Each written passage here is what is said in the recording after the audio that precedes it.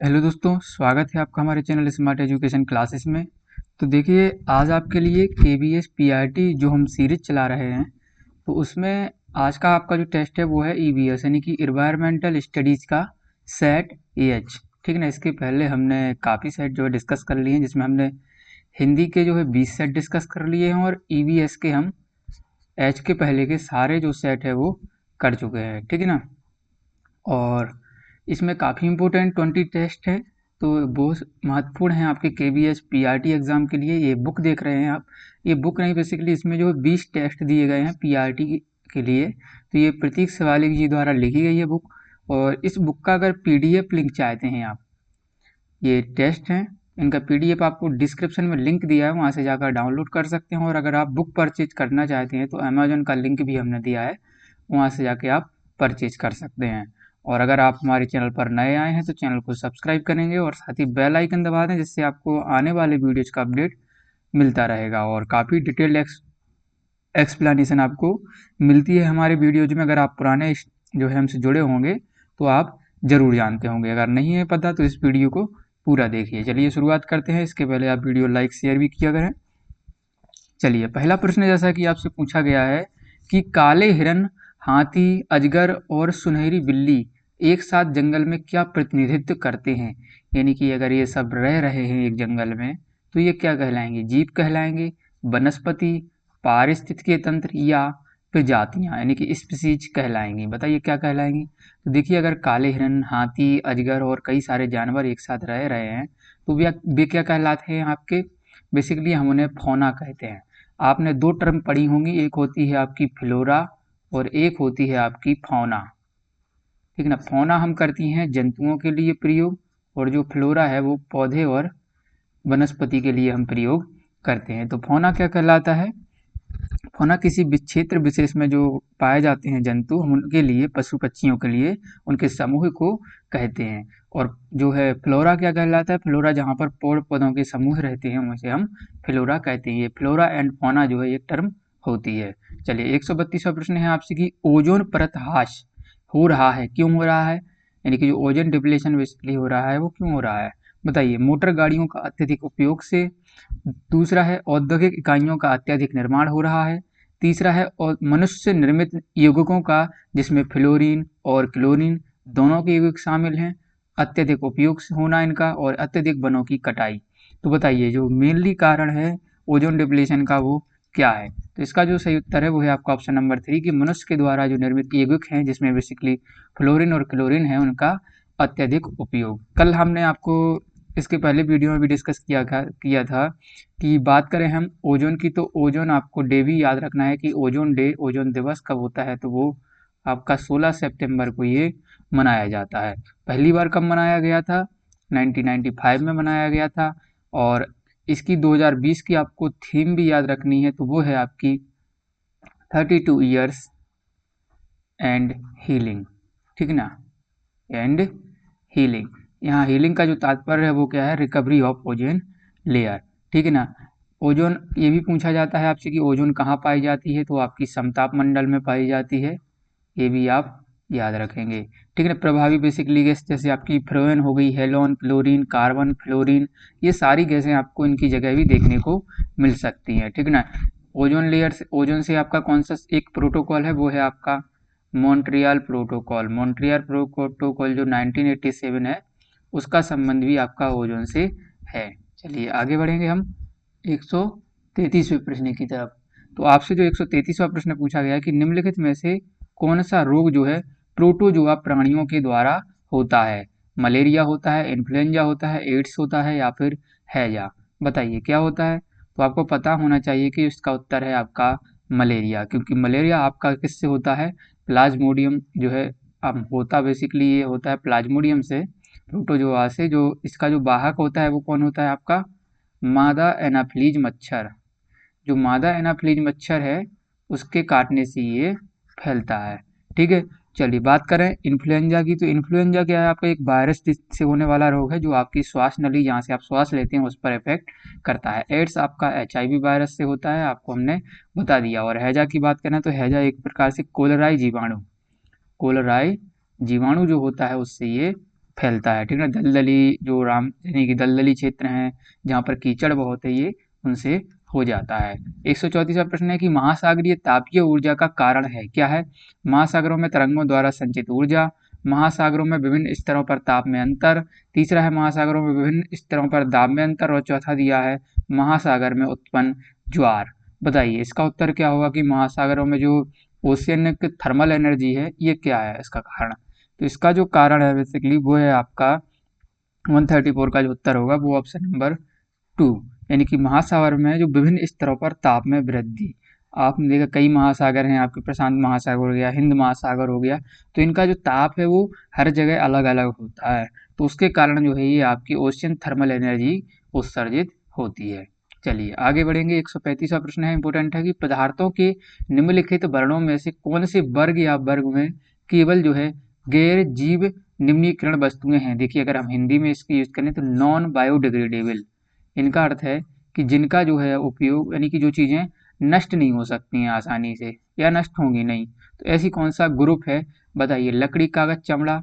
तो इसमें देखिए कागज तो आप अगर ज़मीन में डाल देंगे और 10 साल बाद निकालेंगे, एक भले ही आप 2 महीने बाद भी निकालें तो कागज आपको नहीं मिलेगा, तो ये जो है इस ग्रुप में नहीं आएगा। पॉलीथीन, प्रक्षालक, प्रक्षालक बेसिकली आपके जो डिटर्जेंट होते हैं, और पीवीसी, पीवीसी के आपने पाइप देखे होंगे। चलिए तीसरा है प्लास्टिक, प्रक्षालक और घास। देखिए घास आ गया यहाँ पर, तो घास भी उत्तर नहीं होगा क्योंकि घास जो है बायोडिग्रेडेबल होती है।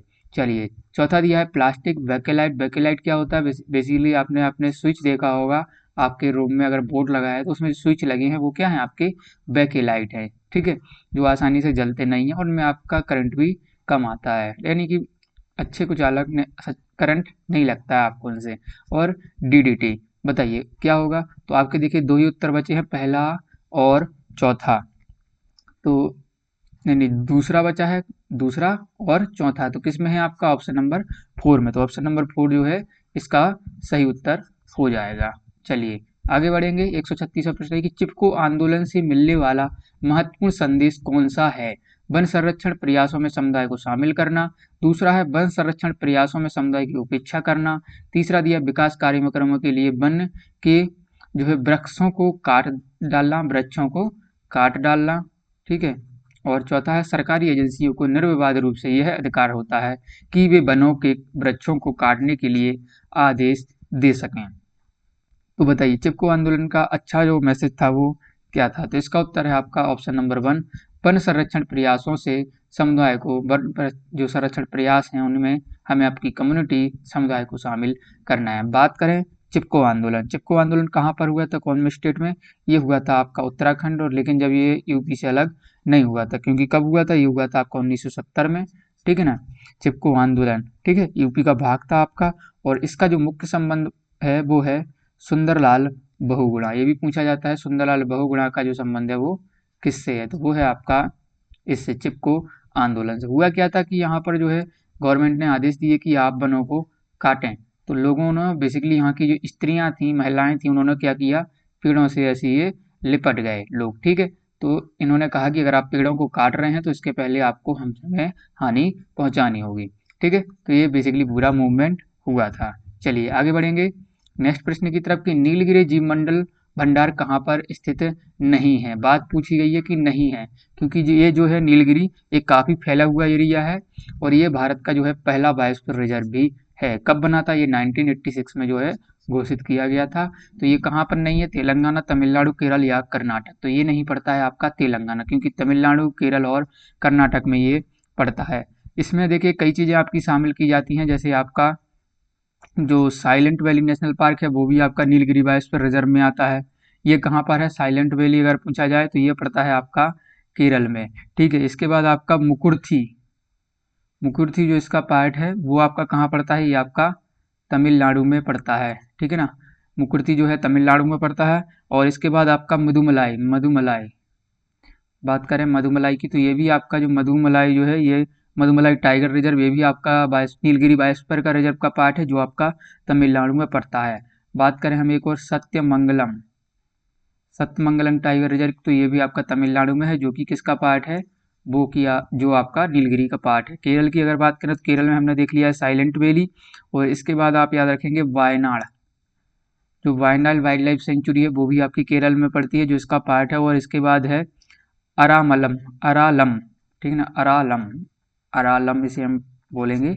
अरालम वाइल्ड लाइफ सेंचुरी भी आपकी केरल में पड़ती है, जो इसका पार्ट है। अब बचा आपका कर्नाटक। तो कर्नाटक में हम देखेंगे कि कर्नाटक में कौन कौन है। तो सबसे पहले आपका जो है बांदीपुर, बांदीपुर जो आपका टाइगर रिजर्व है वो इसका पार्ट है। और इसके बाद कर्नाटक में हम चलेंगे तो नागरहोल, ठीक है ना, नागरहोल भी इसका आपका पार्ट है। और एक और, चलिए हाँ इतना ही है। तो ये सारा जो है आपका एक बहुत बड़ा एरिया है, लार्ज एरिया है। ये आपका नीलगिरी जैव मंडल जो है भंडार यानी कि नीलगिरी बायोस्फीयर रिजर्व के पार्ट हैं। चलिए, वीडियो लाइक नहीं किया है तो लाइक करिएगा दोस्तों। चलिए 138वें प्रश्न की तरफ बढ़ेंगे कि 2011 की जो जनगणना के अनुसार सबसे कम जनसंख्या वाला संघ क्षेत्र है कौन सा है? चंडीगढ़, दमन एवं दीप, अंडमान निकोबार या लक्षद्वीप। तो बताइए इसका उत्तर क्या होगा। चलिए इसका उत्तर बताइए क्या होगा। तो देखिए, बात करें 2011 की जनगणना की, तो सबसे ज़्यादा जो है सबसे कम जनसंख्या वाला संघ क्षेत्र था वो था आपका लक्षद्वीप। बात कही गई है यूनियन टेरिटरी की, तो सबसे ज़्यादा कम वाला तो आपका लक्षद्वीप हो गया, लेकिन सबसे ज़्यादा कहाँ था? तो दिल्ली में, ठीक है ना, यूटी में। बात करें हम स्टेट की कि स्टेट में ये सारी प्रक्रिया क्या रही थी, तो स्टेट में आपका हम बताएं आपके लिए, तो सबसे ज़्यादा जो है यूपी की जनसंख्या रही थी, आपको पता ही होगा। और सबसे कम जो राज्य था वो था आपका सिक्किम में, सबसे कम जनसंख्या थी, ठीक है। 2011 की जो जनगणना थी कौन सी थी? 15वीं जनगणना थी। और स्वतंत्र भारत की जो है 7वीं जनगणना रही थी। चलिए 139वां प्रश्न है कि 2 से 8 अक्टूबर किसके रूप में मनाया जाता है? वन महोत्सव सप्ताह, वन्य जीव सप्ताह, विश्व जनसंख्या सप्ताह या विश्व प्रकृति सप्ताह। तो देखिए 2 से 8 अक्टूबर का जो है ये मनाया जाता है पूरा वन्य जीव सप्ताह के रूप में, ठीक है ना। पहला कब मनाया गया था? ये मनाया गया था 1957 में, जो है फर्स्ट वन्य जीव सप्ताह इन्होंने मनाया गया था। और जो 2020 में हमने अभी मनाया है वो आपका 66वां मनाया है। पूछा जा सकता है एग्जाम में, करंट का थीम। और 2020 का इसका जो थीम था, पूरा विषय रहा था, वो क्या रहा था वो भी आपको याद रखना होगा। वो था आपका, यहाँ पर लिख देते हैं एक्स, चलिए एक सेकेंड, वो था आपका एक्सप्लोरिंग, एक्सप्लोरिंग, ठीक है, exploring human animal and relationship, RELITION, ठीक है ना। तो एक्सप्लोरिंग ह्यूमन एनिमल रिलेशनशिप जो है इसका पूरा ये थीम रहा था। ये चीज़ आप याद रखेंगे। चलिए 140वां प्रश्न है कि UNCED का भी जाना जाता है रियो शिखर सम्मेलन, रियो सम्मेलन या पृथ्वी शिखर सम्मेलन या ये सब। तो आपको पता है कि जो UNCED है इसे हम तीनों यानी कि रियो सम्मेलन भी कहते हैं, रियो कॉन्फ्रेंस भी कहते हैं और अर्थ समिट भी हम इसे ही कहते हैं, ठीक है ना। ये चीज़ जो है आपको याद रखनी है, कई बार एग्जाम में ये प्रश्न पूछा जाता है। 141वां प्रश्न है, मोस्ट इंपोर्टेंट है कि हाथी परियोजना कब शुरू की गई थी, यानी कि एलिफेंट प्रोजेक्ट एलिफेंट। नवंबर 1987, अक्टूबर 1993, जनवरी 1998 या फरवरी 1992। तो देखिए ये जो है आपका क्या है, 141वां जो प्रश्न दिया है कि प्रोजेक्ट एलिफेंट ये किया गया था आपका, याद रखिएगा 1992, यानी कि फरवरी 1992 आपका उत्तर जो है वो सही हो गया, ठीक है। अब आपसे क्वेश्चन पूछा जा सकता है कि भारत का पहला जो है हाथी पुनर्वास पुनर्वास केंद्र जो है कहाँ स्थापित किया गया था? भारत का पहला है तो इम्पोर्टेंट, ये किया गया था आपका कुट्टूर केरल, कुट्टूर केरल, ठीक है ना। और भारत का जो है पहला हाथी अस्पताल कहाँ पर बना था? हॉस्पिटल हाथियों के लिए, तो ये बना था आपका मथुरा यूपी में। ये भी आपसे प्रश्न पूछा जा सकता है, ठीक है। विश्व हाथी दिवस कब मनाया जाता है? तो वो मनाया जाता है आपका 12 अगस्त को, विश्व हाथी दिवस, ठीक है। ये चीज़ भी आपको याद रखनी होगी, ठीक है, काफ़ी इंपोर्टेंट प्रश्न है। चलिए 142वां प्रश्न है कि सार्वजनिक क्षेत्र की तुलना में निजी क्षेत्र को पहली बार, याद रखना है, पहली बार प्राथमिकता मिली थी। कब मिली थी? छठी पंचवर्षीय योजना, 8वीं में, 9वीं में या 7वीं में।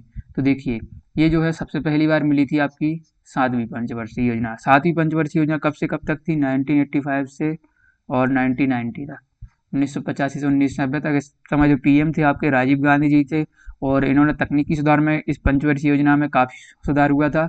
और साथ ही अर्थव्यवस्था में काफ़ी सुधार के लिए इन्होंने सबसे पहले नींव रखी गई थी, वो LPG पॉलिसी के लिए शुरुआत हो चुकी थी, जिसमें का बात की गई थी प्राइवेटाइजेशन की। तो ठीक है ना, बात यही पूछी गई थी कि आपसे जो है प्राइवेट यानी कि पब्लिक सेक्टर को कब महत्व दिया गया, ठीक है ना, प्राइवेट सेक्टर को। चलिए आगे बढ़ेंगे। WSSD का पूरा नाम क्या है बताइए।